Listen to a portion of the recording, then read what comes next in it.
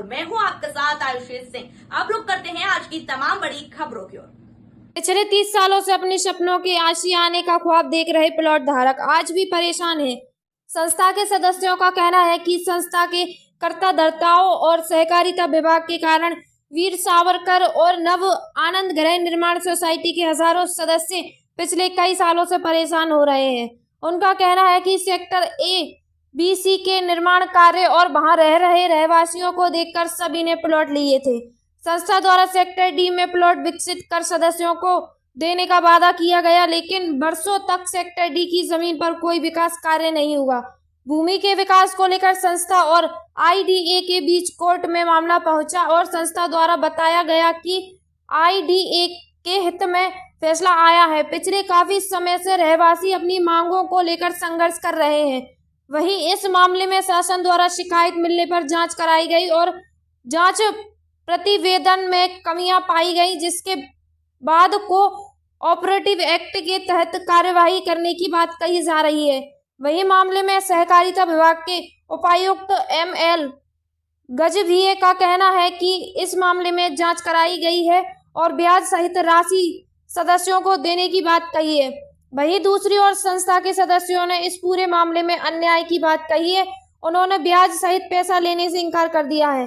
संस्था के सदस्यों का कहना है कि उन्हें प्लॉट चाहिए था, लेकिन साधारण ब्याज पर पैसा लेना उन्हें मंजूर नहीं है। उन्होंने संस्था के कर्ताधर्ताओं और सहकारिता विभाग के जिम्मेदारों को लेकर नाराजगी जाहिर की है और कहा है कि वे अब आगे सड़क पर उतरकर विरोध प्रदर्शन कर अपनी नाराजगी जाहिर करेंगे और शासन से न्याय की मांग करेंगे। इंदौर से बाजिद अली कुरैशी की खबर। क्या कहना चाहेंगे आप, क्या बात हुई? हमारी सहकारी संस्था में हम आए थे, कलेक्टर साहब के पास पहले गए थे, कलेक्टर साहब ने हमको यहाँ भेजा है। आज हम लोग आए, हमने बोला कि भाई पूरी संस्था की जांच नहीं हुई है, ये कुछ खसरों की जांच हुई, क्योंकि संस्था के ऑडिट पे हमने देखा है कि हमारे कॉलोनी ने वीर सावरकर से पैसे जो है कष्ट निवारक में दिए हैं और उनके अगेंस्ट में उन्होंने कहीं ना कहीं या तो प्लॉट लिए ही हैं। भाई तो हमारी संस्था दूसरी संस्था को कैसे दे सकती है? तो ऑडिट रिपोर्ट में ऐसी बहुत सारी अनियमितता है। संस्था के पास नौ आनंद में 100 एकड़ ज़मीन थी और आज कुछ भी ज़मीन नहीं है, तो ये भी एक फॉल्ट है। एक संस्था ने भाले वाले लिए, भाले वाले बेच दिए, इसका क्या लीगल डॉक्यूमेंट्री प्रूफ तो हम कर ही नहीं सकते। पर इसीलिए हम आज उनको बताना है कि ऑडिट रिपोर्ट में आपकी सब चीज़ें हैं, आप जांच पूरी नहीं कर रहे हैं। जांच ढंग से पूरी कीजिएगा, जांच पूरी करेंगे तो ही तो संस्था के अगेंस्ट में बात जाएगी। अब जांच पूरी नहीं हो रही है, ये हमारा कहना है। और ऐसी बहुत सारी अनियमितता है संस्था के अंदर, एग्रीमेंट के अंदर एग्रीमेंट है, बहुत सारे ऐसी चीज़ें हैं जो कोर्ट वाला मैटर भी है। 2017 में रेरा आ गया, उसके बाद भी 2023 तक ये प्लॉट बेचते रहे, जबकि इनको प्लॉट बेचने का अधिकार नहीं था, इन्होंने संस्था में बेचते रहे। ऐसे ढेर सारी अनियमितता है। परंतु किसानों से एग्रीमेंट भी जो है वो बैक डेट में किए हुए हैं, पुराने किए हुए हैं, मतलब बहुत 81 में, वो तो बहुत समय बाद एक्सपायरी हो गए। और जबकि उस समय भी संस्था पे जो है वो कोई रजिस्टर्ड एग्रीमेंट करने का कोई चार्जेस भी नहीं था बहुत साल तक। तो संस्था ने कुछ ऐसा किया ही नहीं। इवन सुप्रीम कोर्ट में भी जो संस्था है वो तो कहीं लड़ी नहीं है, संस्था का कहीं लड़ा ही नहीं, किसान ही लड़ा है।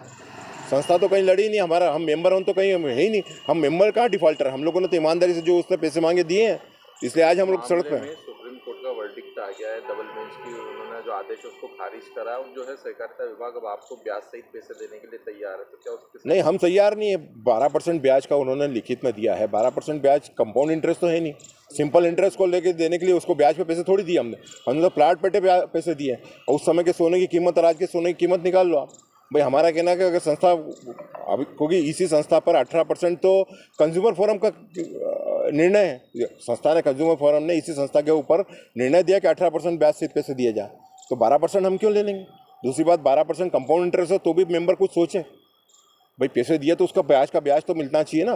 संस्था ने तो वो पैसे को कहाँ के कहाँ कर दिए, किसी को पता ही नहीं है। अब आप आगे क्या करना चाहेंगे? आगे हम लोग तो सड़क पर लड़ाई लड़ेंगे। अभी 1000-2000 लोग इकट्ठे होकर कलेक्टर जाएंगे, कमिश्नर जाएंगे, सहकारिता विभाग आएंगे। अब मैदानी लड़ाई लड़ेंगे। अगर हमारा निर्णय नहीं होगा तो हम तो मैदानी लड़ाई लड़ने के लिए खुले हैं और कोर्ट में जाएंगे, जो कोर्ट में हमको जाना चाहिए। और हम लोग अभी हमने 850 कंप्लेंट करी है कलेक्टर में सूचना। अब लोग हम 850-1000 कंप्लेंट FIR करेंगे। हम तो FIR करने के लिए स्वतंत्र हैं। भाई फ्रॉड जो हुआ है ये तो दुनिया के सामने है। ऐसे बहुत सारे फ्रॉड हुए उस संस्था में, मतलब तो वो सबकी जांच करता ही नहीं सहकारिता विभाग। हमारा तो निर्णय सहकारिता विभाग करता नहीं है, इसीलिए तो हम लोग परेशान ज़्यादा है। आपका परिचय? मेरा नाम संजय दुबे है, मैं वीर सावरकर नव आनंद सोसाइटी संगठन समिति का अध्यक्ष हूँ। थे, क्या है पूरा मामला? वीर सावरकर और नवानंद दो समितियां हैं, उनके कुछ सदस्यों ने और कुछ शिकायतकर्ताओं ने, अन्य लोगों ने भी शिकायतें जनसुनवाई में कलेक्टर महोदय के समक्ष प्रस्तुत की थी। उसके आधार पर एक जांच करवाई थी 2 सदस्यीय जांच दल से, और उस जांच दल के प्रतिवेदन पे अभिमत के लिए कि उसमें क्या कोई आपराधिक एंगल दिखता है, और वो सारे दस्तावेज हमने जिला लोक अभियोजन अधिकारी को कलेक्टर महोदय के निर्देश पे भेजे थे। वहाँ से तो उनका अभिमत आ गया है, आपराधिक स्थिति नहीं बन रही करके, पर विभागीय स्तर पर परीक्षण चल रहा है कि कोऑपरेटिव एक्ट की तरफ से जो फॉल्ट हुए हैं उसके अनुसार हमको कार्रवाई करनी है। जांच में क्या निकला? जांच में ये निकला है कि 40 साल पहले लगभग सोसाइटी ने एग्रीमेंट किसानों से किया था। बाद में वो उस ज़मीन, जो एग्रीमेंट वाली ज़मीन है, आईडीए की एक योजना में समाहित हो गई। आईडीए का जो संकल्प रहा है पहले, उस संकल्प में ये था कि यदि कोई सोसाइटी के साथ में योजना लगने के पहले ही कोई एग्रीमेंट होता है तो वो ट्राई पार्टी एग्रीमेंट के आधार पे संस्था के सदस्यों को भूखंड देने की कार्रवाई की जाएगी। 1986 में आवास एवं पर्यावरण विभाग ने दोनों संस्थाओं के संबंध में आईडीए को चिट्ठी लिखी थी कि ये अन्य संस्थाओं में जिस तरह से किया गया है वैसा ही इन संस्थाओं के सदस्यों को भी वो भूखंड आवंटन के संबंध में आगामी कार्रवाई की जाए। शायद उसमें 50% भूखंड वगैरह देने, इस तरह से कुछ लिखा था कि यदि कोर्ट केस वापस लेते हैं तो। जो किसान जिनका एग्रीमेंट था वो सिविल हाई कोर्ट गए थे। हाई कोर्ट में सिंगल बेंच ने भी संस्था और किसानों के पक्ष में निर्णय किया था। बाद में डबल बेंच ने भी निर्णय किया था कि वो योजना आप उसमें समाप्त करें और उनको, उस सोसाइटी को और उनके सदस्यों को इसके भूमि का विकास करने दें। आईडीए उस डीबी के आदेश के विरुद्ध सुप्रीम कोर्ट चला गया था 2008 में। वो बाद में जो अभी तक चला वो शायद 2008 या 2014 का मामला था। सुप्रीम कोर्ट ने सुनवाई के बाद में वो आदेश जो डीबी का था वो खारिज कर दिया। मतलब जो हाई कोर्ट के आदेश थे तब तक तो पूरी तरह से सोसाइटी के पक्ष में वो निर्णय थे कि जो एग्रीमेंट है वो एग्रीमेंट के आधार पे कार्रवाई करें, परंतु माननीय सर्वोच्च न्यायालय के जो आदेश है उसके अनुसार, क्योंकि अब वो आदेश ही समाप्त हो गया है, तो जो एडवांस दिए हैं सोसाइटीज़ ने, दोनों सोसाइटीज़ ने किसानों को, अब जो आगे की कार्रवाई होगी कि उनके पास अब ज़मीन नहीं मिलने की स्थिति है तो जो registrar cooperative society Madhya Pradesh के सर्कुलर है उसके अनुसार ब्याज सहित राशि अपने सदस्यों को वापस करें। इस अवधि में जो कोई भी गलतियां पाई जाएगी या जो चीज़ होगी उसको के संबंध में विभाग कार्रवाई करेगा। लगातार इनके द्वारा आरोप लगते हैं कि सोसाइटी की गलती का खामियाजा उनको भुगतना पड़ा। आपको ये देखना पड़ेगा कि जो सिंगल बेंच और डबल बेंच के आदेश हैं वो सबको पता है कि वो सोसाइटी के पक्ष में। अब वो डबल बेंच और सिंगल बेंच के आदेश होने के बाद में भी ये 30 साल तक वो पूरी प्रक्रिया चलती रही, और अभी फाइनल स्टेज में जब आईडीए सुप्रीम कोर्ट चला गया आईडीए के आदेश के विरोध में, तो सदस्य जिनको नहीं मिला वो पीड़ित व्यक्ति, वो तो कहेगा ही। पीड़ित व्यक्ति बेचारा जिसने आज से 30 साल पहले या कुछ दिया है और इसी आशा के साथ दिया है कि उसको भूखंड मिलेगा, पर वो न्यायालयीन प्रक्रियाओं में सब उलझे रहने के कारण ये जो चीज़ें नहीं हुई है, तो उसमें जो बेस्ट कार्रवाई होगी वो हम लोग करेंगे। इस बात में दम है सोसाइटी की गलती रही है। अब सोसाइटी और जो एग्रीमेंटेड जिनके साथ जो भूमि है वो किसान तो अभी तक हाई कोर्ट में लड़ते रहे, सुप्रीम कोर्ट तक लड़ते रहे। उनने बाद में एक पिटीशन भी लगाई, रिव्यू पिटीशन पर वो भी खारिज हो गई है, जो जानकारी उनको मिली हुई है।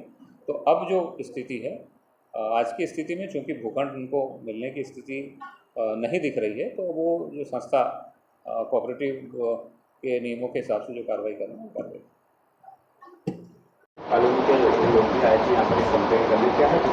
देखिए, वीर सावरकर कॉलोनी जो एक सोसाइटी है उसके कुछ लोग आए थे जिसमें उनके द्वारा ये शिकायत करी गई है कि जो सोसाइटी के अध्यक्ष और दूसरे पदाधिकारी थे उनके द्वारा धोखाधड़ी करी गई है।